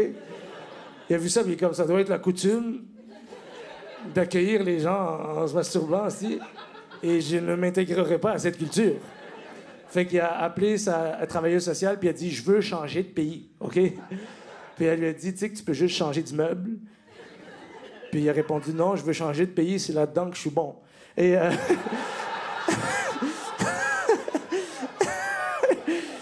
Puis elle lui a dit, mais il te reste juste 100 $. Tu m'as dit qu'il te restait 100 $. T'as à peine assez d'argent pour aller au Mexique ou au Canada. Et comme je suis pas sûr que tu vas aller au Mexique, c'est un peu comme l'Irak, mais en espagnol. Et là, c'est pas vrai. Puis après ça, elle lui a dit, puis le Canada, je veux dire, si t'as pas aimé les États-Unis, c'est à peu près la même chose. Elle dit, c'est pas exactement la même chose, tu sais. C'est à peu près la même chose, mais c'est pas exactement la même chose. Puis mon père lui dit, est-ce que les gens se masturbent la porte ouverte? Puis elle est comme, non, il fait bien trop frais pour ça, aussi. Es-tu malade? Je veux pas pogner une enjure au bat. C'est moi qui ai rajouté ça. Elle lui dit, ben en fait, c'est pas vrai. Je t'ai dit que c'était à peu près la même chose, mais c'est pas vrai. Il y a un endroit en particulier qui est très, très différent. Ça s'appelle le Québec. Okay? Et c'est un endroit où on parle 2 langues, mais principalement le français, puisque la langue nationale, c'est le français. Et mon père, il entend 2 langues. C'est un professeur. Okay? Il pète une note. Okay? Parce que dans sa tête, les langues, c'est le savoir, la compétence, transcender sa condition, OK? Il était tellement content de pouvoir offrir 2 langues à ses enfants. En passant, il parle aucune des 2, OK? Il était juste content de pouvoir offrir à ses enfants quelque chose qu'il pourrait jamais utiliser, lui, adéquatement, peut-être, OK? Mais là où il a vraiment pété une note, c'est quand il a entendu français. Quand il a entendu français, il est devenu fou. Parce que mon père, en Irak, dans son village, quand il était adolescent, il est tombé par hasard sur Les Misérables de Victor Hugo. Est-ce qu'on peut arrêter de faire semblant que la culture, ça change pas la vie des gens? Parce qu'il y a un petit adolescent qui est tombé sur Les Misérables de Victor Hugo. Il a tellement aimé Les Misérables de Victor Hugo, il a lu l'œuvre au complet de Victor Hugo. Il a tellement aimé l'œuvre au complet traduite en arabe de Victor Hugo qu'il a essayé en Irak d'apprendre un peu le français, puis il n'a pas été capable. Il n'a pas été capable de l'apprendre aussi bien que lui, il voulait, selon ses standards. Il voulait l'apprendre, il voulait apprendre le français pour cueillir, goûter à chaque mot que Victor lui-même avait choisi. Tu comprends? Et il n'a pas été capable de l'apprendre selon ses standards parce que tu essaieras d'expliquer à un Irakien la différence entre SA et CCDIA, OK? Comme même les gens qui sont nés ici, ils ne connaissent pas, là. Je sais pas si tu as été sur les réseaux sociaux récemment, là. Mais de plus en plus, les phrases, c'est juste des gens, ils sortent des mots de leur cul, tu sais. Ils disent que, tiens, c'est ça la phrase, t'sais. Déchiffre-la, mon esti. Fait que mon père a choisi le Québec parce qu'il s'est dit, mes enfants vont parler la langue qui a donné naissance au plus grand écrivain, selon lui, de tous les temps. OK? Et c'est pour ça que je ne coucherai pas avec une fille qui met des S à baise-moi.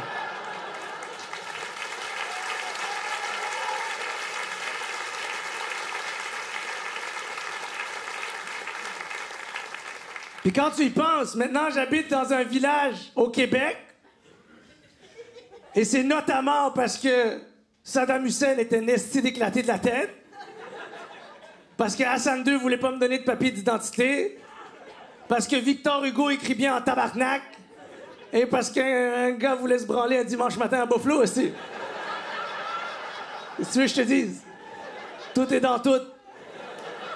Et c'est pas parce que j'adore habiter dans mon village que je trouve ça toujours facile. Hein? Faites attention. C'est pas facile d'être le seul de quelque chose, quelque part. Il y en a qui connaissent pas cette expérience-là, mais inévitablement, dans la vie, tout le monde finit par la vivre. T'sais. C'est pas facile d'être le seul de quelque chose, quelque part. À la longue, ça t'use. Si t'es blanc et tu veux connaître mon expérience, ferme tes yeux, imagine t'es au Sénégal au IGA tout seul. OK? T'as rien contre les Noirs, t'es juste comme, tabarnak, je suis tout seul. Elle est où ma gang? Ginette! Juste pour vous donner... Juste pour vous donner une idée, je suis la seule personne dans mon village qui a dû chanter au Canada pour avoir ses papiers d'identité. OK? Je sais pas si vous saviez que c'est comme ça qu'on octroie les papiers d'identité au Canada. Il faut que tu te lèves un mardi matin. Tu t'habilles bien avec toute ta famille. Vous prenez l'autobus. OK? Là, tu arrives dans un bureau gouvernemental, puis il y a plein de gens qui sont bien habillés comme toi. Et tout le monde a peur. Tu sais pas pourquoi. OK? Et tout le monde est assis, puis à un moment donné, il y a un juge qui rentre, puis il est comme « Levez-vous ». Et là, tout le monde se lève, puis il est comme « Chante au Canada ». Et là, tout le monde chante au Canada. C'est pas bizarre? C'est pas étrange que la dernière chose à accomplir avant d'appartenir réellement à une société, c'est de chanter. Puis là, tout le monde est juste comme... Oh, Canada. Et s'il y a une fausse note, balle dans le front. Sinon, ça... Non, c'est pas facile d'être le seul de quelque chose quelque part, tu sais. Parce que t'as beau fuir où tu veux sur Terre, tu traînes toujours avec toi le stock à l'intérieur de toi que t'as pas réglé, tu sais. Puis moi, je suis arrivé dans mon village avec mes traumatismes en moi que j'avais pas réglés. Puis au début, j'avais peur, man. Je me sentais trop tout seul. Je rentrais à la maison, je regardais ma femme, je disais, bébé, man, bébé, il y a une madame au IGA, man. Elle m'a regardé longtemps. C'était fucking hostile, man. Je pense qu'elle veut que je retourne dans mon pays, OK? Puis ma femme, ce qu'elle me répond, elle me dit, Adib, je comprends. Je comprends que tu as traversé des situations traumatisantes, mais tu ne peux pas définir ton existence en fonction de tes traumatismes. À un certain moment, inévitablement, tu vas devoir transcender ta condition.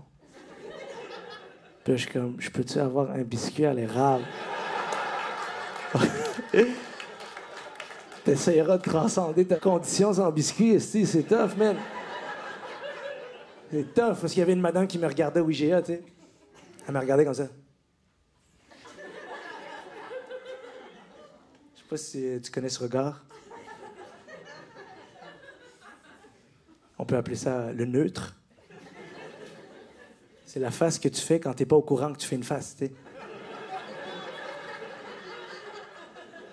C'est une face qui est dangereuse puisqu'elle est libre à interprétation, tu sais. Tu sais, moi, je peux lire ça comme « j'aime pas ta gueule », tu sais. Puis elle, dans sa tête, est juste comme « les fraises sont en spécial », tu sais, juste comme...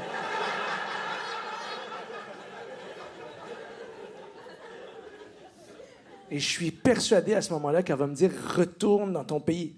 Parce que c'est juste assez hostile pour que je décide inconsciemment d'interpréter ça comme un acte d'agressivité. J'étais persuadé. Parce que dans ma vie, plus que 1000 fois, je me le suis fait dire. Retourne dans ton pays, puis il n'y a pas une fois que ça m'a pas fait mal. OK? Et c'est toujours précédé de ce genre de visage. Toujours un peu hostile. Jamais quelqu'un qui te regarde avec bienveillance, tu sais.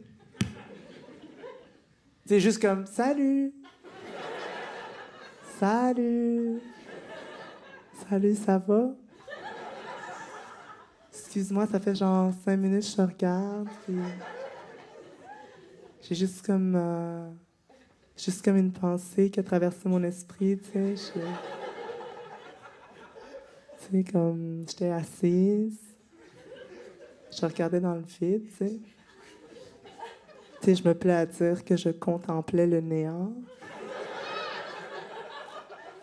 Puis là, de nulle part dans ma tête, tu sais, il y a juste comme une pensée, tu sais, qui est apparue. Puis là, je suis comme... C'est-tu à moi? C'est-tu pas à moi? Je sais pas, tu sais.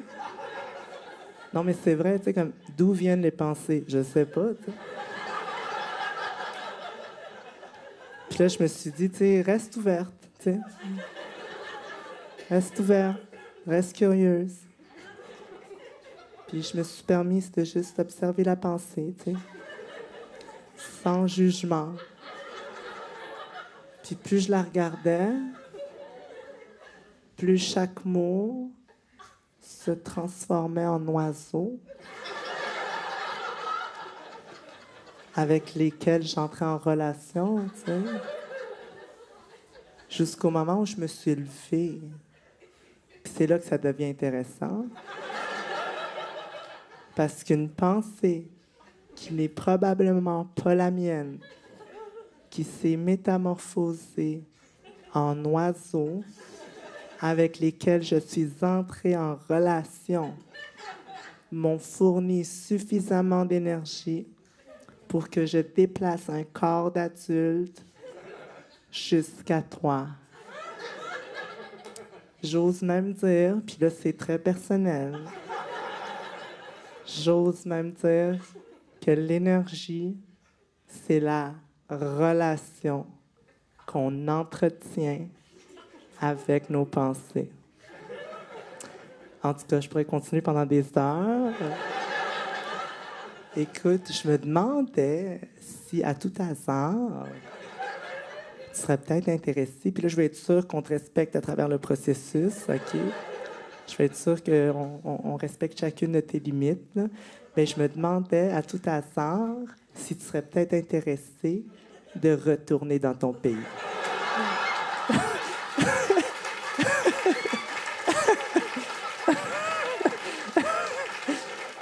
C'est jamais ça, OK? C'est toujours retourne dans ton pays, Et j'étais sûr qu'elle allait me dire retourne dans ton pays, mais il faut que je donne raison à mon épouse, puisque la sagesse gagne toujours. OK? Au bout de 5 minutes, la madame, elle me regarde, puis elle fait tu ressembles à l'autre.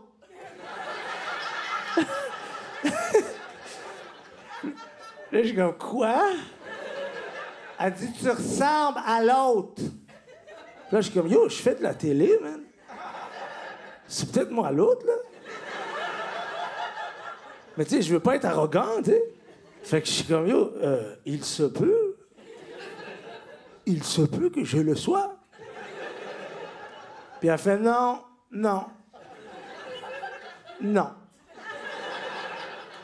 L'autre, il est plus drôle que ça.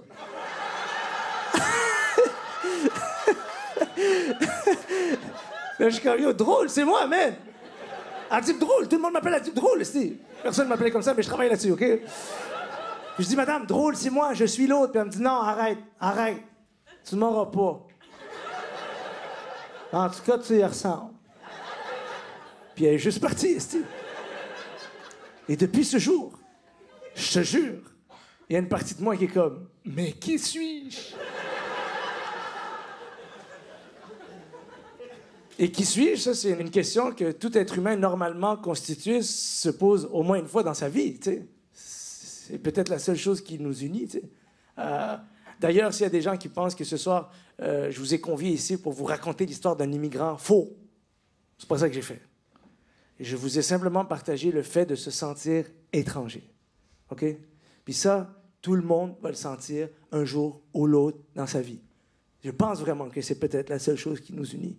Tout le monde s'est déjà senti étranger, que ce soit dans sa famille, dans son groupe d'amis, à l'école, au travail, dans sa tête, dans son corps, dans son esprit, esti. Et je n'ai pas de réponse à vous fournir quant à comment répondre à la question « Qui suis-je ?» Tout ce que j'ai, c'est une recommandation basée sur mon expérience. Plante tes racines quelque part et vis l'expérience au maximum. C'est ça qui arrive quand tu chilles trop avec les arbres, OK? C'est ça que Michel, il m'a dit, man. Michel, il m'a vu égaré et nerveux. Il m'a dit, Adib, ton problème, c'est que toi, t'observes les arbres esselés à l'extérieur de la terre. Mais ce que tu vois pas, c'est que sous la terre, nos racines se tiennent de même. Et si tu fais pas la même chose, volontairement, le premier coup de vent va niquer ton tronc, OK? C'est comme ça qu'il me parle, le tabarnak, OK? C'est pour ça que je prends très, très au sérieux où j'habite. Dans mon village, OK? Mais c'est pas parce que j'habite dans la nature maintenant que je suis devenu un de ceux qui va commencer à vous dire « Ah! La nature! J'adore la nature! Partez-moi pas sur la nature! J'adore la nature! » S'il y en a qui se reconnaissent dans la salle, cessez votre propagande, OK? Vous induisez les gens à l'erreur, puis après ça, on arrive dans la nature, puis yo, les animaux, c'est des estis d'éclatés de la tête, là. OK? Honnêtement, c'est des fous, man. J'aurais dû lire un livre là-dessus avant d'y aller, man. La faune, la flore de l'Amérique du Nord, c'est un livre qu'ils donnaient à l'école, avec un oiseau dessus. Pour que t'aies peur, esti. C'est des fous, les animaux, c'est des éclatés de la tête. Oui, c'est beau, la nature, c'est vrai que c'est beau, mais tu peux pas juste cherry-pick beau, OK? C'est beau, mais c'est dur. Puis c'est dur parce que c'est beau, OK? T'as déjà chillé avec un renard? Renard. Fucking renard. Avant, j'étais comme vous, gars de la ville, renard, renard. Renard. Rien à chier des renards. Fab Lafontaine, renard, renard. Maintenant, si je croise un renard, fils de chien de renard, je l'étrangle devant toute sa famille pour envoyer un message. Il y en a, ils savent pas quel bruit ça fait un renard. Sais-tu quel bruit ça fait un renard? Sais-tu quel bruit ça fait un renard? Ah!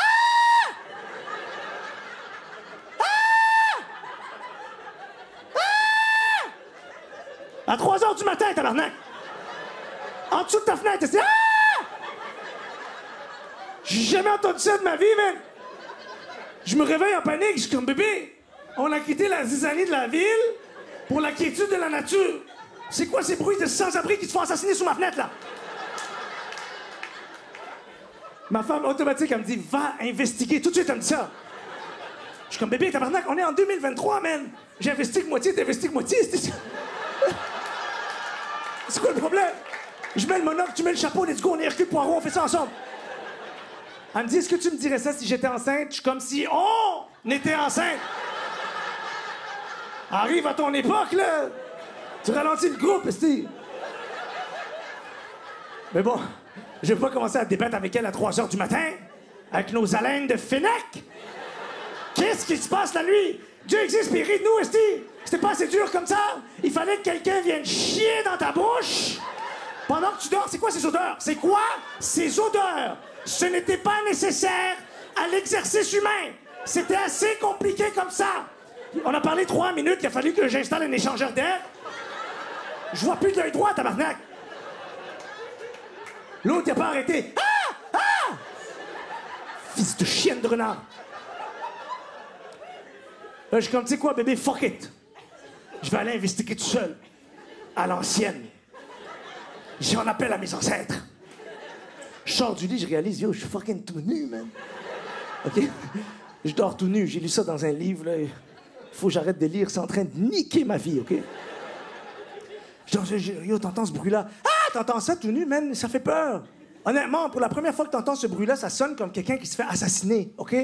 Puis ça, t'entends... Ah! Déjà, habillé, ça fait peur. Tout nu, ça fait très peur.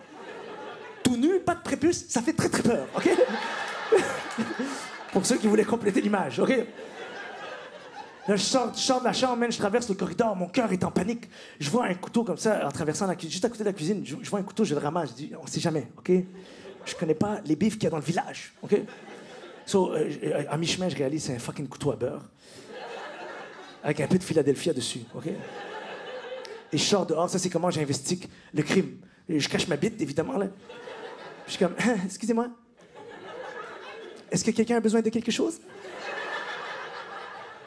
Puis là, évidemment, le fils de chienne de renard, il va pas venir te dire c'est moi qui ai niqué ta vie, là. So là, je rentre à la maison, puis et j'ai pas de réponse à fournir à mon épouse, tu sais. Ben ouais, ça te fait rire. Et pour ceux qui s'intéressent, mon épouse, c'est une chercheur. Chercheur, chercheur. Chercheur, genre une étude du chercheur, chercheur de chez chercheur.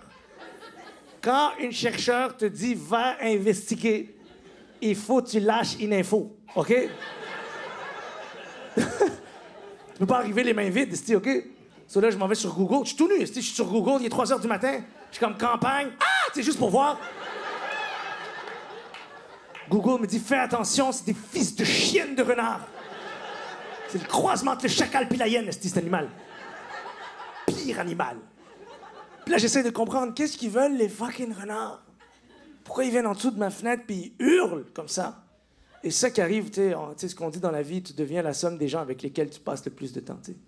Et je passais trop de temps avec une chercheure.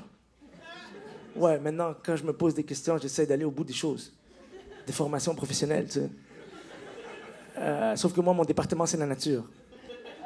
Ben ouais, tout le monde m'appelle Adib Nature. Personne m'appelle comme ça, mais je travaille là-dessus. Et j'avais un tableau einsteinien chez moi. Einsteinien. Sur lequel j'avais plein d'indices dans le but de m'aider à résoudre l'énigme du renard qui hurle. À un tel point que les indices dont je disposais dans le moment présent ne me suffisaient pas. J'ai été obligé de plonger dans ma mémoire dans un souvenir d'une semaine auparavant, alors que j'étais assis à ma fenêtre en train d'essayer d'écrire. Parce que c'est pour ça que je suis allé habiter dans la forêt, parce que je suis un artiste québécois, et tous mes artistes québécois préférés ont pondu leurs meilleures œuvres dans la forêt. Fait que c'est ça que je fais. Je vais dans la forêt puis j'essaie d'écrire pour vous. T'sais. C'est pour vous que je travaille. OK? Et d'ailleurs, je tiens à vous remercier parce que ce soir, vous avez pris tout ce que j'ai à offrir. Puis ça tombe bien parce que c'est juste ça que j'ai à donner. OK? Puis je t'assis puis j'essaie d'écrire une histoire pour vous. Et de manière très intrusive. Une gigantesque tortue. Elle s'approche comme ça devant ma fenêtre. Une petite tortue, là. 80 000 ans minimum. OK? Il faut que tu lises comme un écorce. En tout cas, c'est une affaire de nature. Vous connaissez pas ça, là, mais... OK? Tu checkes la tortue 80 000 ans comme ça, puis elle me regarde dans les yeux comme ça. Devant chez moi, man. Je sais pas si une tortue t'a déjà regardé dans les yeux. C'est mystique, OK? Puis au début, j'avais envie d'être son ami, mais je réalise, elle est en train de chier sur mon terrain, tu sais. Puis là, je suis comme, yo, c'est quoi ces animaux, man? Ils viennent faire caca comme ça sur ton terrain. C'est pas comme ça qu'on accueille des nouveaux voisins dans le village, OK? Mais je connais pas les tortues, je connais pas leurs mœurs et coutumes. Je sais pas, je me dis, je vais régler ça à l'amiable, par mes talents de communication dus à mes racines italiennes. Donc, je sors de la maison et je fais un peu de small talk avec la tortue, comme ça. Nanana, tout ça. Rien de plus important que la famille, là. Hein? Là, je dis, effectivement, c'est très important. Mais explique-moi quelque chose. Pourquoi tu es en train de chier sur mon terrain? Et là, je réalise que c'est pas elle qui me menace, c'est moi qui la menace. Et je me cambre vers la droite et je constate qu'elle n'est pas en train de chier, elle est en train de pondre ses œufs. OK? Oui, J'ai eu la même réaction que toi. J'ai vécu ça comme une expérience métaphysique. J'avais l'impression que la patience elle-même a choisi ma maison pour se reproduire. Et là, je reviens dans le moment présent et je fais le lien. Les fucking renards, ils viennent en dessous de ma fenêtre pour manger les œufs de la tortue. Ouais! Ah! C'est beau, mais c'est dur. C'est dur parce que c'est beau. Puis moi, je suis devenu la fucking DPJ des tortues, là, OK? Si je suis pas en train de me battre contre les renards, c'est contre les oiseaux. Oiseaux, c'est les pires. Oiseaux, c'est les pires. Avant, j'étais comme vous, gars de la ville, oiseau. Oiseau.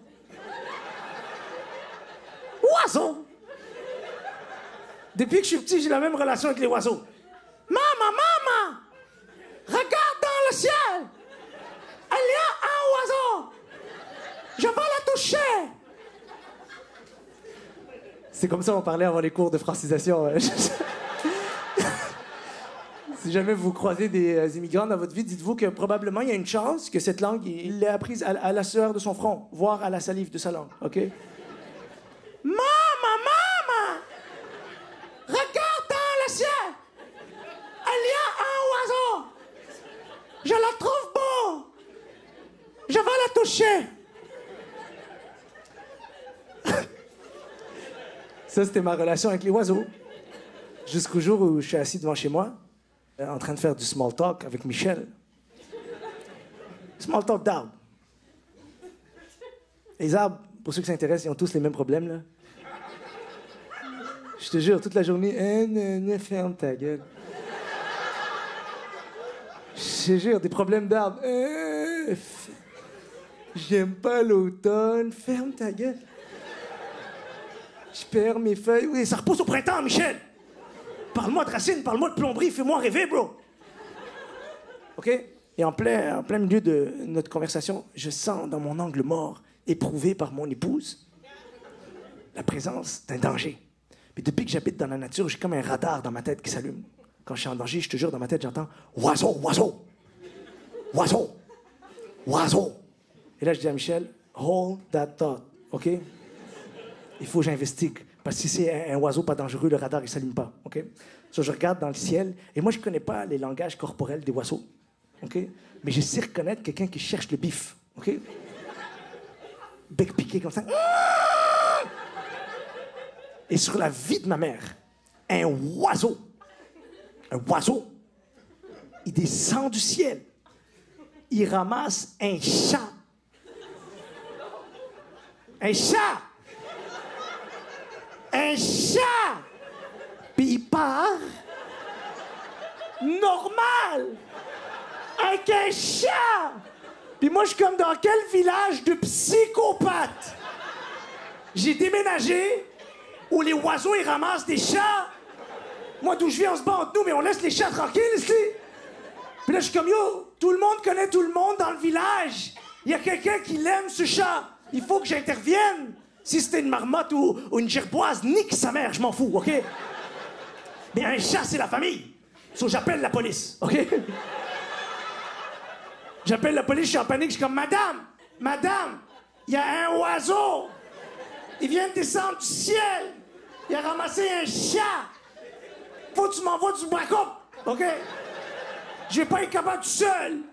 La madame automatique, elle me dit, monsieur, c'est impossible, il n'y a pas d'oiseau prédateur dans votre secteur. Je suis comme, pourquoi, tabarnak? J'arrêterai ma conversation avec mon arbre pour t'appeler, pour t'inventer qu'il y a un oiseau. Il est descendu du ciel, puis il a ramassé un chat. Elle me dit, monsieur, pouvez-vous me le décrire? Moi, je suis un gars de la ville, je connais 3 oiseaux. OK? Je suis comme, il y a un pigeon, madame.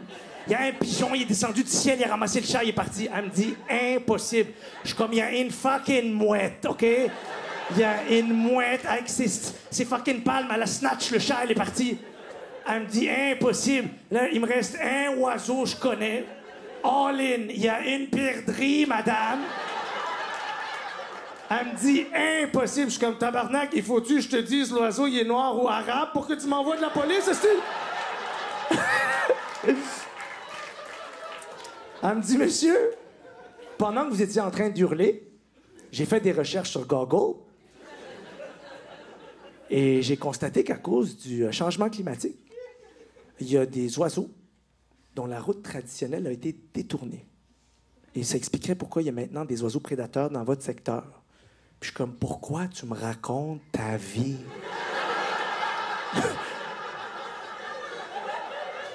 Je t'ai dit qu'il y a un oiseau. Il est descendu du ciel, puis il a ramassé le chat de ma voisine. Il faut que quelqu'un fasse quelque chose.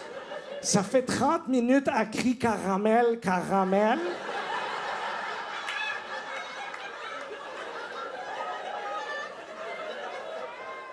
Il faut que quelqu'un il dise c'est fini, caramel.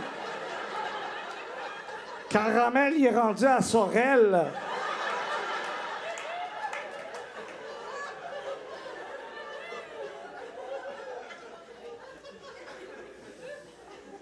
Le lendemain matin, dans le journal de mon village, demi-page, sur un journal de 3 pages.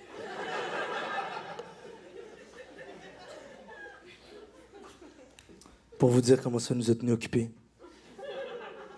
J'étais vraiment fier de moi parce que c'est moi qui ai sonné l'alerte. Demi-page, c'était écrit en gros comme ça, c'est écrit « Rangez vos Poméraniens. Rangez vos Schnauzers. Rangez vos Chihuahuas. Rangez vos chats. Il y a un oiseau. Il descend du ciel et il snatch les êtres chers. »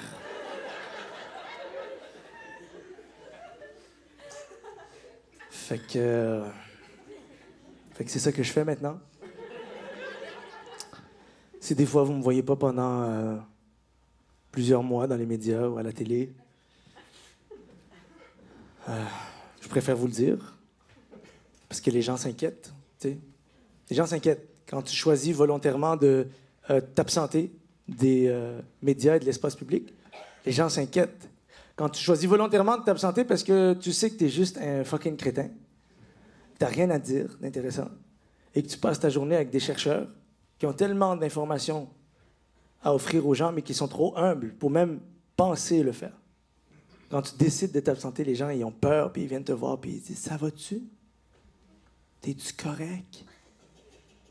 On te voit plus nulle part. » Je défends la patience et je chasse le renard.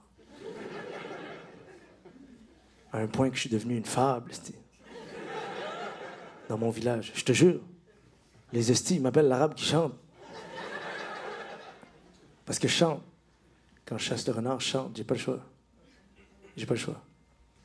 J'ai tout essayé. C'est la seule chose qui marche. T'as déjà essayé de déjouer la ruse? Ben, c'est ça. Essaye. Essaye de déjouer la ruse. J'ai tout essayé. Il y a une seule chose qui marche. C'est si les mots, ils sortent de ton cœur. That's it. So, c'est ça que je fais. C'est comme ça que je chasse le renard. Il est 3 heures du matin. Je suis tout nu. J'ai mon couteau à beurre. Je suis dans la forêt. Puis je suis comme...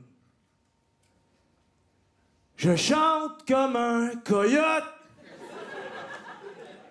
debout entre deux dunes, dans le désert des villes,